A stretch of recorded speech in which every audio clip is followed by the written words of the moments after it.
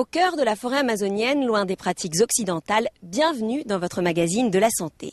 Cette semaine, notre approche est anthropologique. Nous sommes à 1 heure de bateau de Manaus et sur les pas de Claude Lévi-Strauss, nous avons décidé de découvrir d'autres pratiques médicales, d'autres remèdes, d'autres rites traditionnels et ancestraux.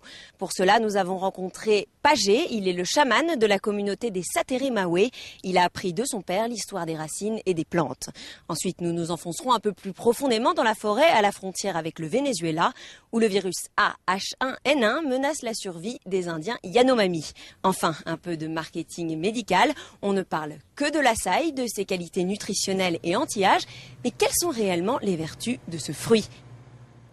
Nous sommes désormais au milieu des Satere Mawe. Cette communauté amérindienne a fui la ville pour retrouver ses racines.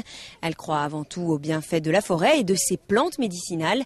Ici, seuls les sages savent percer les secrets. Venez découvrir avec nous les plantes qui combattent les brûlures d'estomac ou encore les écorces qui soignent les diabètes. Après 10 minutes de marche, nous arrivons dans la pharmacie des Satere Mawe. Pagé est le chaman de cette communauté. La forêt, c'est sa réserve, son laboratoire. Nous sommes au milieu de la jungle et nous allons récolter du lait d'EVA. Sous la canopée, la moindre plante, la moindre écorce a ses vertus thérapeutiques. Avec l'EVA, certains fabriquaient des pneus. Pagé, lui, traite le diabète.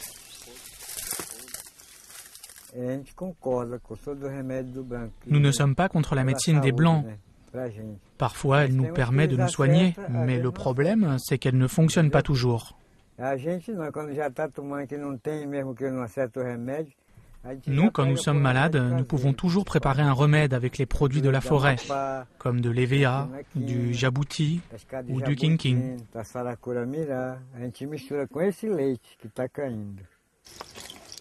Chez les Satere Mawe, ce savoir-faire ancestral est un secret minutieusement préservé. Le jour où je mourrai, ma fille pourra prendre la relève, car notre don se transmet de génération en génération. C'est pour cela que mes neveux m'accompagnent, pour voir comment je travaille, quelles plantes il faut choisir. Ils peuvent en voir leurs effets. Ça, c'est pour soigner le foie et les reins.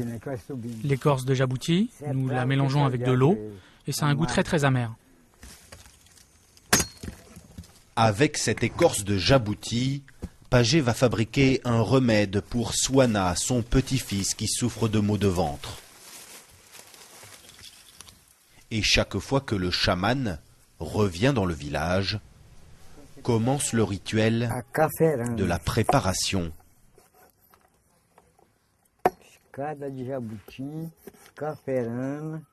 Cela mousse un peu, c'est très amer, et cela ne plaît pas du tout à Swana. Allez, il faut boire ça. Allez, et si tu ne bois pas ça, tu n'auras pas de bonbons.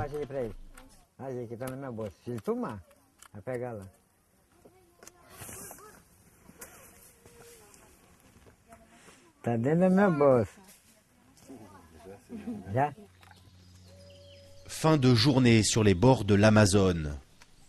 Casquette, t-shirt et short.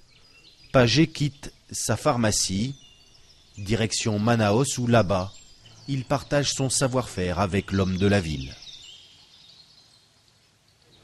Sur son stand, nous retrouvons d'ailleurs Pagé. Il est venu au marché artisanal de Manaus pour vendre ses produits. Et voilà par exemple ce qu'il propose contre la grippe, de la mangarataya. Les Amérindiens ne sont pas toujours protégés contre nos maladies occidentales. À la frontière avec le Venezuela, la grippe A menace les Yanomami. Ils sont plus de 1000 à avoir été touchés par le virus. Ces Indiens, les Yanomami, vivent à la frontière entre le Brésil et le Venezuela, en plein cœur de la jungle amazonienne. Un coin très retiré et pourtant, la grippe AH1N1 a fini par arriver jusqu'à eux. Cette maladie aurait causé le décès d'au moins 7 Indiens et en aurait contaminé 1000 autres. Il faut savoir que la population totale des Yanomami est estimée à 32 000 selon les ONG. Le manque d'assistance médicale, ajouté au fait qu'ils soient isolés, en cas d'épidémie, c'est problématique. La maladie est là, mais pas l'assistance médicale. Les associations craignent que l'épidémie se propage sur tout le territoire Yanomami. Le gouvernement de Caracas a déjà décidé de fermer la frontière et dépêcher des équipes médicales sur place. Mais pour cet homme, lui-même membre de cette tribu, les autorités vénézuéliennes auraient dû envoyer des médicaments plus tôt. Nous savons que cette maladie, la grippe A, H1N1, n'a jamais touché la partie brésilienne de la tribu. Et tout ça me touche profondément. Je pense que les enfants n'ont pas les doses correctes et que les gens ne sont pas protégés. Dans les années 80-90, près de 20% de la population Yanomami est morte à cause de la malaria ou encore de la grippe, des virus propagés par des mineurs illégaux. Du marché artisanal au marché de fruits et légumes, l'opulence de la région se retrouve sur les étals. Un fruit nous intéresse, l'açaï. Très connu ici, il est souvent préparé en jus et connaît un succès croissant en Australie, en Californie et au Japon. Mais en laboratoire, les recherches sur ses qualités nutritionnelles ne font que commencer. Caché à la cime des arbres, à 40 mètres, voici l'açaï, fruit d'un palmier d'Amazonie, une des nombreuses richesses naturelles de cette région. Depuis tout petit, Jéhovah grimpe à la recherche du précieux fruit. Moi, vous savez, je suis né à l'intérieur des terres. Et là-bas, il y a beaucoup de palmiers açaï. J'ai toujours grimpé aux arbres. Une sangle aux pieds et surtout de la force dans les bras. Car grimper, c'est la seule méthode pour mériter l'açaï.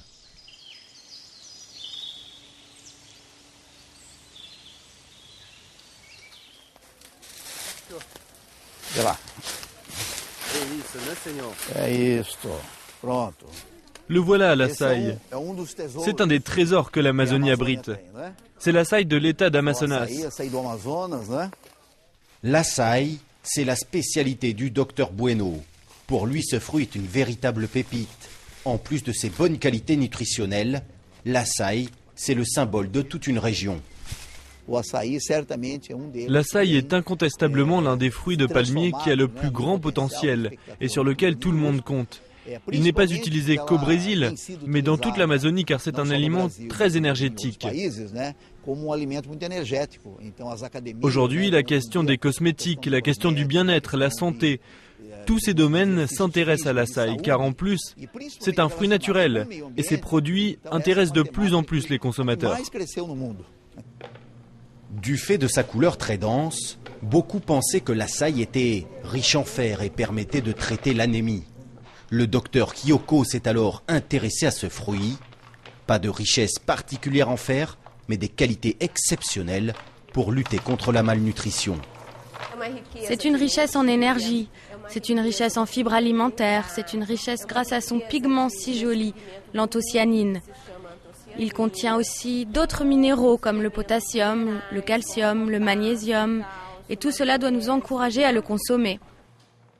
Fin du processus avec la fabrication du jus dans cette broyeuse artisanale.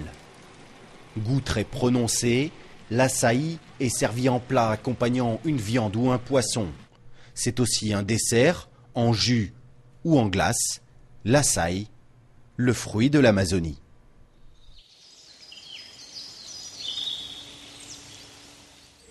Nous nous quittons devant les richesses de l'Amazonie, de plus en plus convoitées par les laboratoires pharmaceutiques ou encore l'industrie cosmétique. À la semaine prochaine sur France 24.